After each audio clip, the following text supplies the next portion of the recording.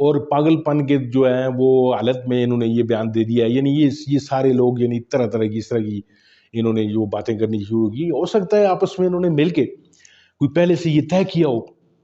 کہ جی ہم نے اس طرح کے بیان دینے ہیں میڈیا پہ. اب یہ بیان ناظرین کرام ان کے جو ہیں وہ ان کا پیچھا کرنا شروع کر دیا انہوں نے. کیوں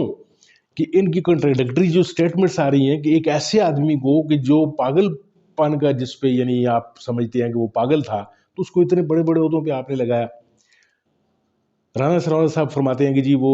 خودکشی کی باتیں کر رہا تھا جی اور وہ فلانا ضمیر اس کا جاگ گیا اور 8-9 دن کے بعد جو ہے اس کا ضمیر جاگ گیا. تو ناظرین کرام ایک پاگل آدمی جو ہے وہ تو کچھ اور ہی حرکتیں کرتا ہے. آپ نے پریس کانفرنس دیکھی ہوگی اس آدمی کی, بڑا سوٹڈ ویل سوٹڈ بوٹڈ بیٹھ کے اس نے پوری شد و مد کے ساتھ اس نے کہا جی ہاں ہم کرتے رہے اور میں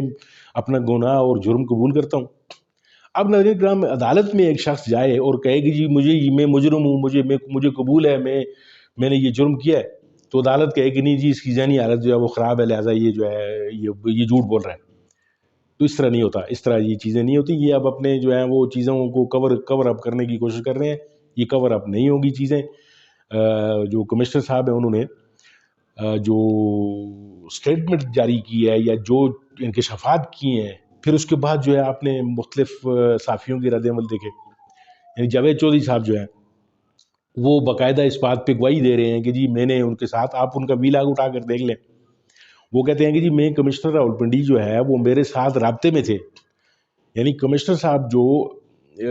الیکشن کے بعد کافی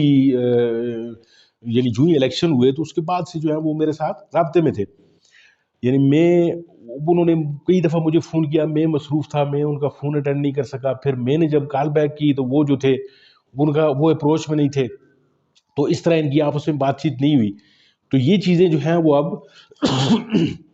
معاف کیجیے گا, یہ صورتحال جو ہے وہ اس طرح واضح ہو رہی ہے. اب جو لوگ یہ بات اٹھا رہے تھے کہ جی کمشنر صاحب جو ہیں وہ 8-9 دن جو ہے ان کی بعد ان کا ضمیر کیوں جاگا, تو اس کا جواب جو ہے وہ جاوید چودھری صاحب کا ویلاگ آپ اٹھا کر دیکھ لیں. اس میں وہ آپ کو یہ بات کلیئر بتاتے ہیں کہ کمشنر صاحب جو ہیں وہ ان کے ساتھ رابطہ کرنے کی کوشش کرتے رہے, اور یہی بات ظاہر آپ جاوید چودھری صاحب کے ساتھ اور کیا وہ بات کرتے. یعنی جو پی ایس ایل کے میچ یا دوسری اور ایکٹیویٹیز ہو رہی تھیں وہ تو جاوید چودھری صاحب کے ساتھ وہ ڈسکس نہیں کر رہے تھے. تو انہوں نے الیکشنز کے حوالے سے ہی لامحالہ طور پہ یہی جو دھاندلی کا جو معاملہ تھا یا جس پہ ان کا ضمیر جو ہے وہ ملامت کر رہا تھا, وہ شاید وہی بات کرنا چاہ رہے ہوں گے ان سے. بہرحال جاوید چودھری صاحب نے کہا کہ جی میں نے پھر اس کے بعد جو ہے میرا رابطہ ہوا, یعنی یہ پریس کانفرنس کے بعد کی بات کر رہے ہیں. تو میں نے ان سے دوبارہ جب یہ بات پوچھی تو انہوں نے کہا جی کہ میں بالکل اس پہ سٹینڈ کرتا ہوں اس بات پہ. اور جاوید چودھری صاحب نے ان سے کہا کہ کیا آپ کے پاس کچھ ثبوت اور کچھ شواہد بھی موجود ہیں کہ جو آپ نے پریس کانفرنس کی ہے.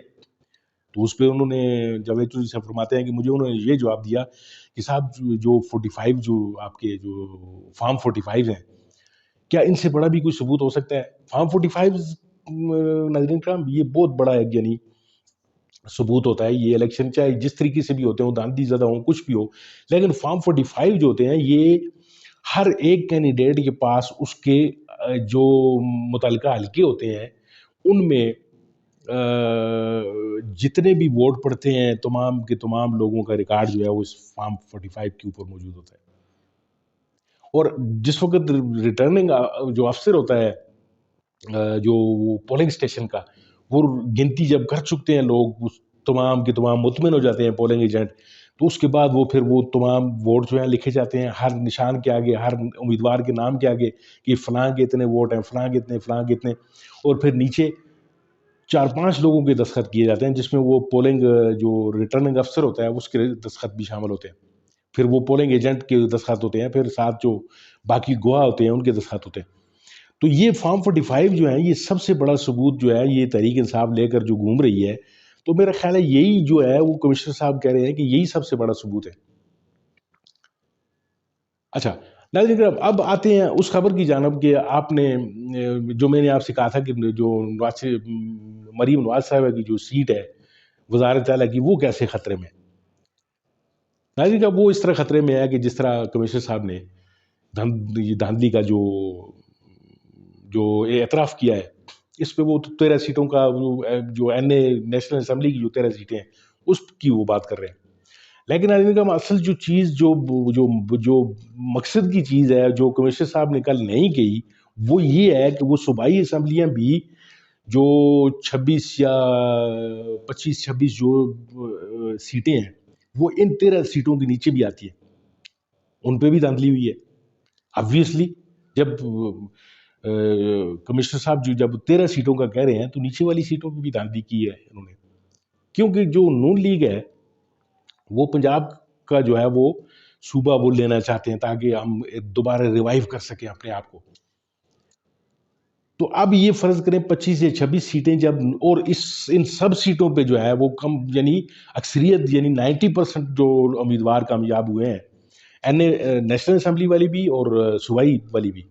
ان پہ جو ہے وہ نون لیگ کے جو تمام کے تمام لوگ کامیاب ہوئے. تو اگر ان کی یہ جو سیٹیں نکل جاتی ہیں, اگر دھاندلی کی زد میں آ جاتی ہے یہ بات, اگر آگے چلتی ہے, اگر سسٹم اس بات کو جو ہے وہ آگے بھی لے کے چلتا ہے, اب کمشنر راولپنڈی جو ہے اس کے دماغی حالت کا کہیں سے یہ کوئی فارمولہ نکال کے لے آئے تو وہ تو بات الگ ہے, کیونکہ پاکستان میں کچھ بھی ہو سکتا ہے. لیکن اگر یہ فارمولہ جو کمشنر راولپنڈی نے جو کل یہ بم پھوڑا ہے, اگر اس بات میں کوئی وزن نکل آیا, اگر اس کو کہیں عدلیہ نے پروو کر لیا یا کہیں پہ اس بات کو جو ہے وہ کوئی وقت مل گئی, تو ناظرین کا پھر پنجاب اسمبلی میں جو ہے وہ ان کی اکثریت نہیں رہتی, پھر مریم نواز صاحب جو ہے وہ ڈاؤن. تو مریم نواز صاحب جو ہیں وہ جو انہوں نے جو شیروانی جو سلوائی ہوئی تھی, خیر خواتین شیروانی تو نہیں پہنتی, لیکن وہ جو دوپٹے کو جو انہوں نے رنگنے دیا ہوا تھا, یا جو وہ گوٹا کناری جو دوپٹے پہ انہوں نے لگوائی ہوئی تھی, لگوانے کے لیے دیا ہوا تھا, میرا خیال ہے اس کو ابھی رہنے رہی ہے. کیونکہ نہ صرف راولپنڈی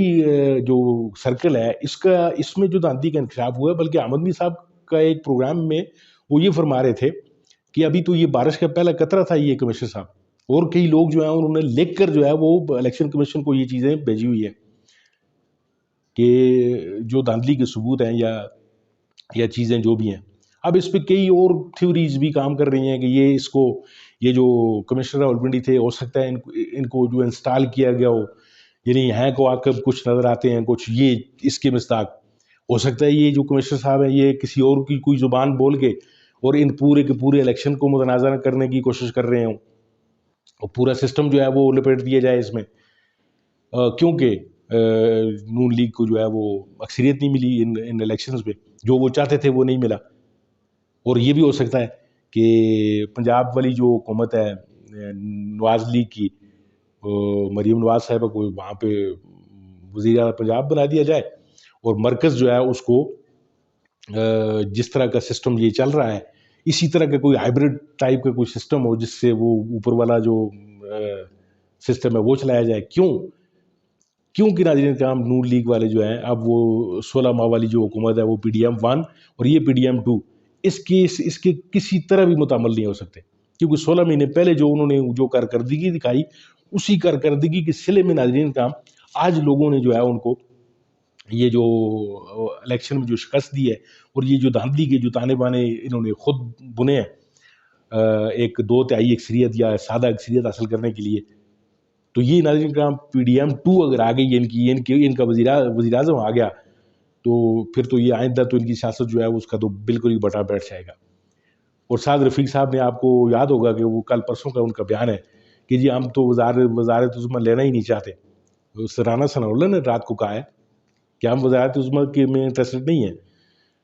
پیپلز پارٹی اور آزاد لوگ جو ہے وہ آپس میں مل کے تو حکومت بنا لیں. یعنی وہ میٹھا میٹھا آپ اور کڑوا کڑوا تھو, یعنی پنجاب حکومت ان کو چاہیے لیکن مرکز میں یہ حکومت بنانے کی شوق میں نہیں ہے. تو ناظرین کا یہ ساری چیزیں دیکھتے ہیں کس طرح انفولڈ ہوتی ہیں, یہ جو تھیوریز ہیں یہ کہاں تک ٹھیک ثابت ہوتی ہیں. تو چل کے آگے پھر دیکھتے ہیں.